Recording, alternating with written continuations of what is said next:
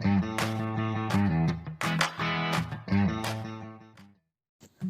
Everyone, creative दिशा channel में आप सभी का स्वागत है। आज के इस वीडियो में हम बात करेंगे 19 नवंबर और 20 नवंबर के करंट अफेयर्स के बारे में। तो चलिए शुरू करते हैं और सबसे पहला क्वेश्चन देखते हैं। एशिया की पहली सौर ऊर्जा संचालित कपड़ा मिल भारत के किस राज्य में शुरू की जाएगी? तो दोस्तों, इसका आंसर है महाराष्ट्र। एशिया की पहली सौर ऊर्जा संचालित कपड़ा मिल जय भवानी महिला सहकारी कपड़ा मिल भारत के महाराष्ट्र राज्य के परभणी जिले में शुरू की जाएगी। यह मिल जल्द ही सौर ऊर्जा पर काम करेगी। महाराष्ट्र के इस जिले में कई महिलाओं को इस नई परियोजना के तहत रोजगार दिए जाने की उम्मीद है। चलिए आगे बढ़ते हैं। भारतीय रिजर्व बैंक ने किस कंपनी के सह संस्थापक एवं पूर्व अध्यक्ष क्रिस गोपालाकृष्णन को रिजर्व बैंक इनोवेशन हब का पहला अध्यक्ष चुना है? तो दोस्तों, इसका आंसर है इन्फोसिस। वर्तमान में स्टार्टअप विलेज के प्रमुख मेंटर और इन्फोसिस कंपनी के सह संस्थापक एवं पूर्व सह अध्यक्ष क्रिस गोपालाकृष्णन को भारतीय रिजर्व बैंक ने रिजर्व बैंक इनोवेशन हब का पहला अध्यक्ष चुना है। स्टार्टअप विलेज के लिए एक ऊष्मान केंद्र इंक्यूबेशन सेंटर है। चलिए आगे बढ़ते हैं और अगला क्वेश्चन देखते हैं। वैश्विक स्तर पर रिश्वत के जोखिम के इंडेक्स के मामले में भारत कौन से स्थान पर रहा है? तो दोस्तों, इसका आंसर है 77वें स्थान पर। Anti bribery standard setting organisation के द्वारा जारी वैश्विक स्तर पर रिश्वत के जोखिम के इंडेक्स के मामले में भारत 45 अंकों के साथ 77वें स्थान पर रहा है। TRIC की लिस्ट में 194 देशों, क्षेत्रों और ऑटोनॉमस और सेमी ऑटोनॉमस क्षेत्रों में व्यापार रिश्वत जोखिम को शामिल किया जाता है। रिपोर्ट के मुताबिक उत्तर कोरिया, तुर्कमेनिस्तान, दक्षिण सुदान, वेनेजुएला और इरिट्रिया सबसे अधिक व्यापारी रिश्वत जोखिम वाले देश हैं। चलिए आगे बढ़ते हैं और अगला क्वेश्चन देखते हैं। किस राज्य की पूर्व राज्यपाल मृदुला सिन्हा का हाल ही में 78 साल की उम्र में निधन हो गया है? तो दोस्तों, इसका आंसर है गोवा। गोवा की पूर्व राज्यपाल मृदुला सिन्हा का हाल ही में 78 साल की उम्र में निधन हो गया है। उनके निधन पर प्रधानमंत्री नरेंद्र मोदी, गृह मंत्री अमित शाह ने शोक जताया है। मृदुला सिन्हा ने मनोविज्ञान में MA और BEd किया था। मृदुला जी के पति डॉक्टर रामकृपाल सिन्हा बिहार में कैबिनेट मंत्री और केंद्र सरकार में राज्य मंत्री रहे हैं।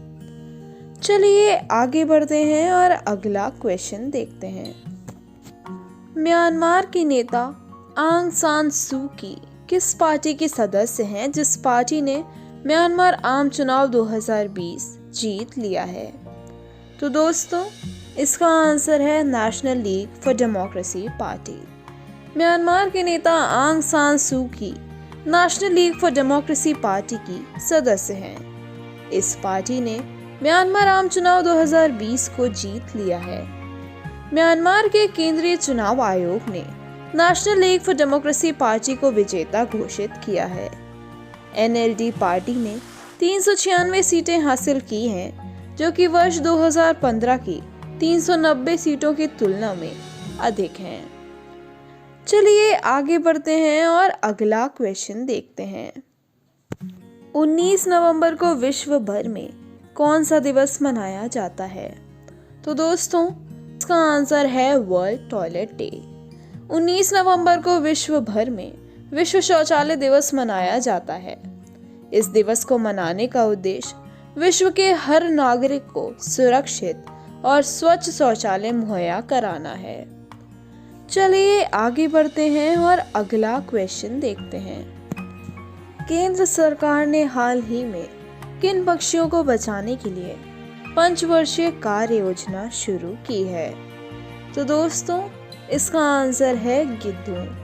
केंद्र सरकार ने हाल ही में गिद्धों को बचाने के लिए पंचवर्षीय कार्य योजना शुरू की है। यह गिद्ध शवभक्षी हैं जो कि जानवरों के शवों को खाकर आसपास के वातावरण को स्वच्छ रखने में अपना महत्वपूर्ण योगदान देते हैं।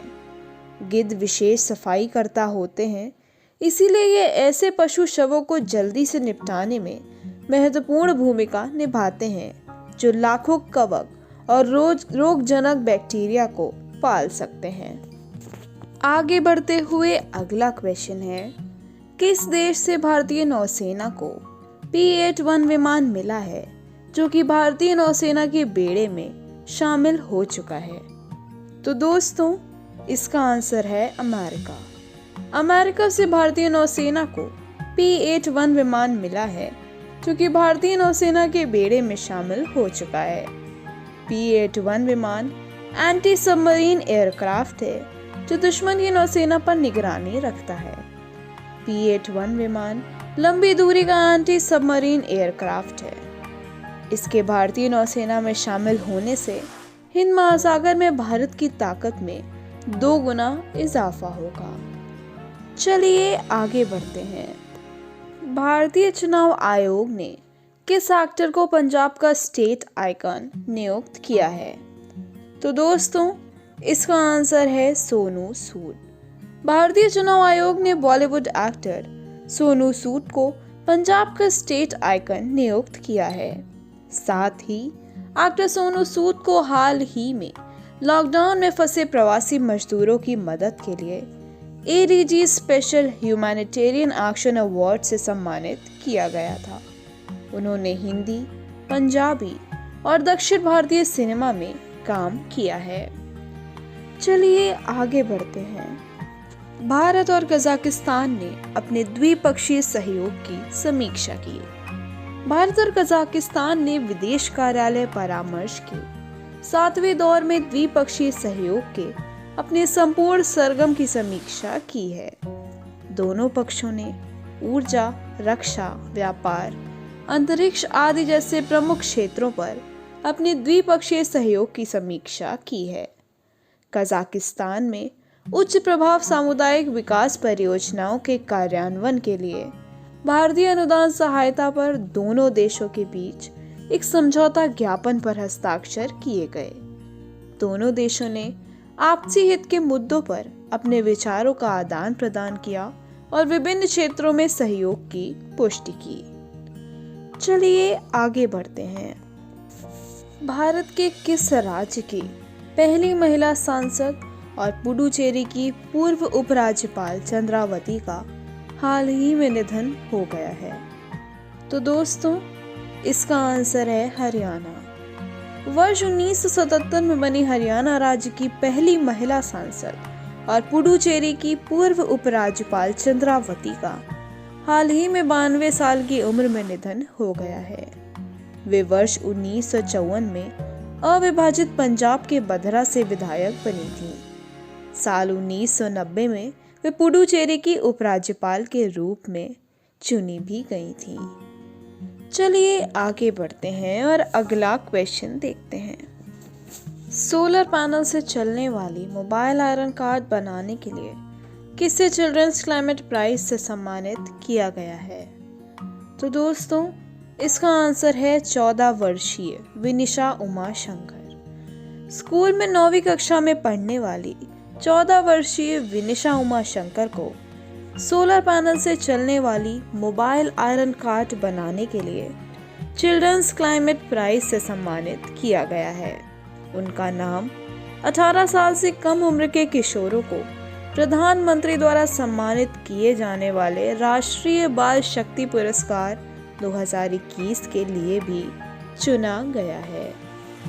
चलिए आगे बढ़ते हैं और अगला क्वेश्चन देखते हैं। गायों के संरक्षण और संवर्धन के लिए किस राज्य सरकार ने देश की पहली गौ कैबिनेट बनाने की घोषणा की है? तो दोस्तों, इसका आंसर है मध्य प्रदेश सरकार। मध्य प्रदेश सरकार ने हाल ही में गायों के संरक्षण और संवर्धन के लिए देश की पहली गौ कैबिनेट बनाने की घोषणा की है। इस कैबिनेट में पशुपालन, वन, पंचायत एवं ग्रामीण विकास, राजस्व, गृह और किसान कल्याण विभाग होंगे। इसकी पहली बैठक गोपाष्टमी के दिन 22 नवंबर को दोपहर 12 बजे गौ अभ्यारण्य सालरिया आगर मालवा में रखी गई है। चलिए आगे बढ़ते हैं। USAID और किसने women's global development and prosperity initiative के तहत प्रोजेक्ट किराना की शुरुआत की है? तो दोस्तों, इसका आंसर है Mastercard. United States agency for international development और मास्टर कार्ड ने women's global development and prosperity initiative के तहत प्रोजेक्ट किराना की शुरुआत की है। इस प्रोजेक्ट की शुरुआत 2 साल के लिए उत्तर प्रदेश के कुछ शहरों में DAI और एक्सेस डेवलपमेंट सर्विसेज द्वारा लागू किया जाएगा। चलिए आगे बढ़ते हैं और अगला क्वेश्चन देखते हैं। महाराष्ट्र के गवर्नर भगत सिंह कोश्यारी ने किस एक्ट्रेस को भारत रत्न डॉक्टर अंबेडकर अवार्ड 2020 से सम्मानित किया है? तो दोस्तों, इसका आंसर है ऋचा चड्ढा। महाराष्ट्र के गवर्नर भगत सिंह कोश्यारी ने एक्ट्रेस ऋचा चड्ढा को इंडियन सिनेमा में उनके योगदान के लिए भारत रत्न डॉक्टर अंबेडकर अवार्ड 2020 से सम्मानित किया है। 33 वर्षीय ऋचा चड्ढा हाल ही में एलगौना फिल्म फेस्टिवल से लौटी हैं, जहां वे विमेन एम्पावरमेंट विषय पर पैनल डिस्कशन का हिस्सा रही हैं। चलिए आगे बढ़ते हैं। केंद्रीय स्वास्थ्य मंत्री ने HIV रोकथाम के लिए वैश्विक रोकथाम गठबंधन को संबोधित किया है। HIV रोकथाम के लिए वैश्विक रोकथाम गठबंधन की मंत्री स्तरीय बैठक को केंद्रीय स्वास्थ्य और परिवार कल्याण मंत्री डॉक्टर हर्षवर्धन ने संबोधित किया है। यह UNAIDS और UNFPA द्वारा आयोजित किया गया था। वैश्विक रोकथाम गठबंधन के सदस्यों ने 2010 के स्तर से 2020 के अंत में नए वयस्क HIV संक्रमण को 75% तक कम करने के लिए सहमति व्यक्त की है। HIV के नए संक्रमण, रोकथाम और उपचार सेवाओं को कम करने, माँ से बच्चे में HIV के संचरण को कम करने, एड्स के बारे में लोगों में जागरूकता पैदा करने आदि में विश्व ने महत्वपूर्ण सफलता दिखाई है। भारत की जेनेरिक एंटी रेट्रोवायरल दवा और सोशल कॉन्ट्रैक्टिंग की अवधारणा पर आधारित HIV रोकथाम मॉडल ने HIV महामारी को नियंत्रित करने में महत्वपूर्ण भूमिका निभाई है। भारत सरकार ने संक्रमित और प्रभावित आबादी के मानव अधिकार की रक्षा के लिए एक कानूनी ढांचा प्रदान करने के लिए मानव इम्यूनो डिफिशियंसी वायरस और एक्वायर्ड इम्यून डिफिशियंसी सिंड्रोम अधिनियम 2017 लागू किया है। यह सम्मेलन 2030 तक एड्स को समाप्त करने की संयुक्त राष्ट्र महासभा की प्रतिबद्धता में महत्वपूर्ण है। चलिए आगे बढ़ते हैं और आज का अगला क्वेश्चन देखते हैं। DRDO ने भारत के किस राज्य में quick reaction surface to air missile का सफल परीक्षण किया है? तो दोस्तों, इसका आंसर है उड़ीसा। DRDO ने भारत के उड़ीसा राज्य के चांदीपुर रेंज में quick reaction surface to air missile का सफल परीक्षण किया है। इस मिसाइल ने हवा में मौजूद एक मानव रहित विमान को निशाना बनाया है। यह मिसाइल जमीन से हवा में मार करने वाला हथियार है। इस मिसाइल की लंबाई 98 फीट है। चलिए आगे बढ़ते हैं। डगलस स्टुअर्ट ने 2020 का बुकर पुरस्कार जीता। 2020 का बुकर पुरस्कार डगलस स्टुअर्ट को उनके पहले उपन्यास शुगी बैन के लिए दिया गया है। उनकी किताब 1980 के दशक में ग्लासगो में एक माँ के साथ गरीबी में बड़े हो रहे एक लड़के के बारे में है जो नशे और गरीबी से जूझ रहा है। जेम्स केलमान के बाद डगलस स्टुअर्ट यह पुरस्कार जीतने वाले दूसरे स्कॉटिश हैं। इस वर्ष के पुरस्कार के लिए अंतिम 6 उम्मीदवारों में डायने कुक, अवनी दोषी, ब्रैंडन टेलर, टिट्सी डांगरेम्बेगा और मांजा मेगिस्टेट हैं। 2019 में द टेस्टामेंट्स के लिए एटवुड को और गर्ल वुमेन अदर के लिए एवरिस्टो को सम्मान संयुक्त रूप से दिया गया था।